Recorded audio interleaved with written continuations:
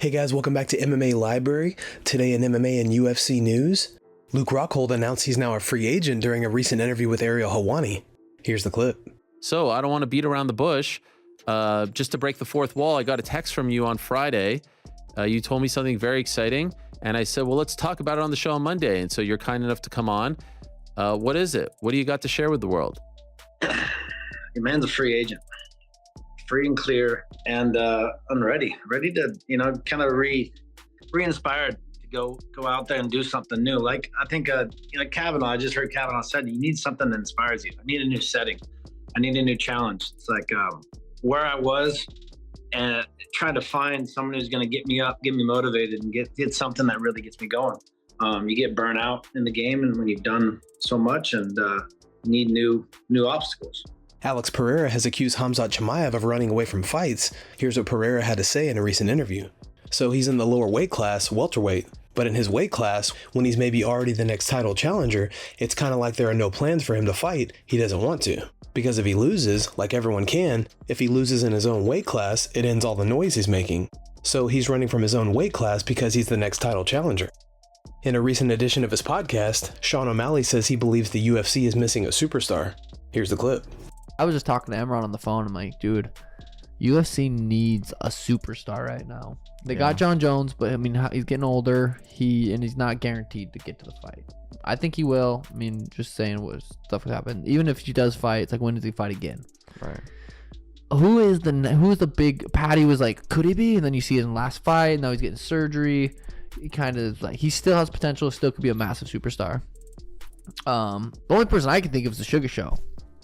That's like has the potential to be that.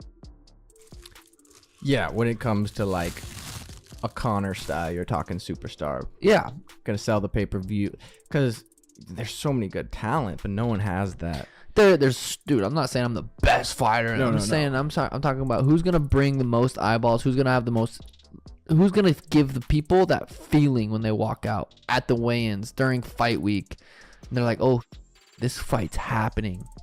Stephen Thompson recently gave his opinion on who should fight next in the UFC's welterweight division. I just saw some That's on the Instagram. fight to make. Yeah. And if Colby's not going to fight Khamzat, then Bilal needs to fight Khamzat because Colby's just farting around out there. What is he doing? Does he have to wait till like that?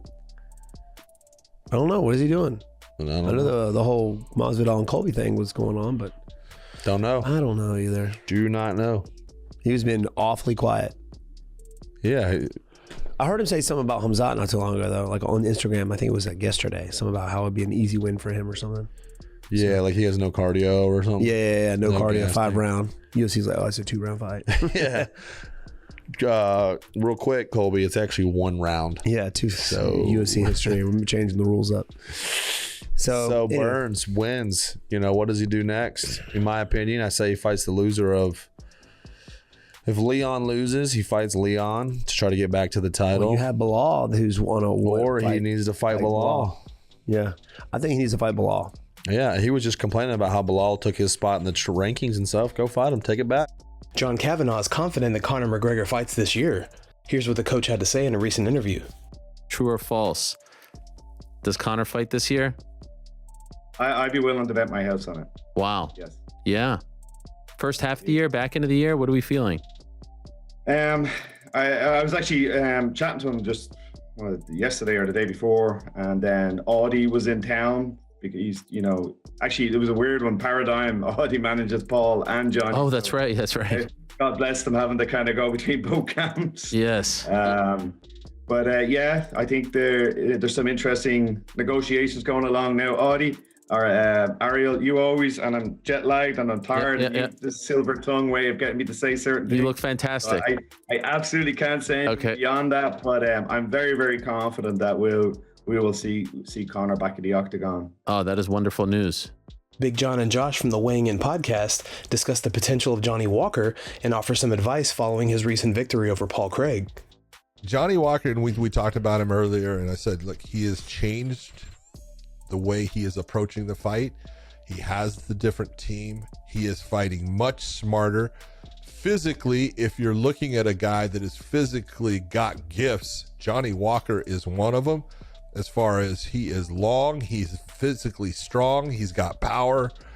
You know, he's got a lot of things going for him. Now, his chin has been damaged, you know, in the past, and he's taken big shots. You know, you take a look at his last knockout loss was to the guy who's now the champion in Jamal Hill. That was a huge knockout. It's nasty, and that's always going to have some effect on your career, but you can get these things back by not allowing people to damage you. And in his recent fights, he really hasn't taken any abuse. And this fight against Paul Craig, it was about, well, obviously don't go to the ground with the guy. I'm going to stay on the feet as much as possible, use my length, and just pick him apart. And that's what he did. And when Paul really went for that takedown, getting in on the leg, you know, you see Walker throw the kick, Paul catches the leg. Man, he ate some big shots. And you can see at one point on that one hammer fist as he was on the ground, he almost went out. Brendan Schaub believes the UFC has set the sport back by allowing the slap league to become part of the franchise. I just think it sets the sport back. If you've been a fan, you're like, God, this is stupid. If you're a new fan, you're kind of like, oh, this is so barbaric. This is stupid. It just sets the sport back that they've worked how long? How many years has the UFC brass and the staff that's been there for years, and the fighters involved who've literally risked their health, their well-being, their brains. They've moved this sport how far down the field? And then to market to this slap fighting goes all the way back. These politicians or the other people are just getting the sport and go, oh my God, they're just slapping each other. Just big, out-of-shape dudes slapping each other. Yeah. So all this work you've done, this just proves to me we're not a major sport. We're not a top 5 major sport. You've done all this work to move the football down the field, and then you go all the way back and restart. Jake Paul announced early in the year that he would be signing with the PFL and hopes to fight in MMA in the near future. He recently uploaded a clip to social media where he's seen practicing Brazilian Jiu-Jitsu. Here's the footage. Shallow underhook on this leg is good, but don't stay there too long. Near side underhook, palms there, left hand. There you go. Just close first, pummel again. Small pummel, wax on, wax off. There we go. Heavy butt, heavy butt, heavy butt. Good, pummel again, pummel again. Yep, you're good. Try to get that shoulder to his throat next time you get. Yes. Beautiful, Jake. That's beautiful. 1000%. You know what I'm saying? Yeah. What do you guys think? Will Jake ever stand a chance in the octagon? Let us know your opinion in the comment section. Khamzat Chimaev recently gave fans an update on his next fight during a recent interview. Khamzat was first asked what his goal was for the next fight, and this was his response. I want to make him bleed like 1 or 2 liters of blood. I don't know, just smashing, brother. I will go out there and do what I do, take a bonus and celebrate. Then Khamzat was asked about his next opponent being Colby Covington and what the chances are of this fight happening. Khamzat said, they told me it's 100% happening, let's see what happens. Tiger Muay Thai also shared that Khamzat was back at their gym in Thailand. They recently tweeted, welcome back to Tiger Muay Thai, Khamzat Chimaev. Khamzat spent a large portion of his fight camp here at Tiger Muay Thai to prepare for his victory over Gilbert Burns last year and is now back here to stay sharp while awaiting his next bout to be confirmed. What do you guys think? Will we see Khamzat and Covington face off, or will Khamzat end up at 185? Let us know your opinion in the comment section. Guys, thanks so much for checking out the video. If you like the content we do here on this channel, don't forget to like and subscribe to MMA Library for all the latest MMA and UFC news. We'll see you in the next video.